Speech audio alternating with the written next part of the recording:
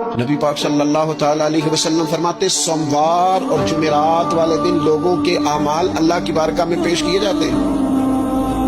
دو مسلمانوں کے دو بھائیوں کے اعمال رب کی بارگاہ میں پیش کیے جاتے ہیں۔ اعمال ہیں، نیک اعمال ہے، نیکی ہے، نماز ہے، روزہ ہے، حج ہے، زکوٰۃ ہے، صدقات ہے، وہ نیک اعمال اللہ کی بارگاہ میں جمعرات اور پیر کو پیش کیے جاتے ہیں۔ رب کریم فرماتے ٹھہر جو ذرا ان کے اعمال کو روک دو۔ یا اللہ کیوں؟ فرمایا اس لیے کہ ان کے آپس میں نا دلوں میں نفرت ہے، گھٹن ہے، عداوت ہے، ان کو ذرا مہلت دو، یہ پہلے صلح کر لیں پھر ان کے اعمال بھی قبول کر لیں۔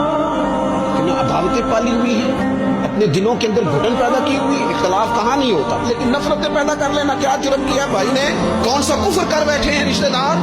کون سی ایسی بات نکل گئی ہے جو زندگی کے ناطے توڑ کے بیٹھتے ہیں؟ رب کہتا نہیں قبول ہو گیا ابھی اس کے اعمال، روک دو جب تک یہ آپس میں صلح نہ کر لے۔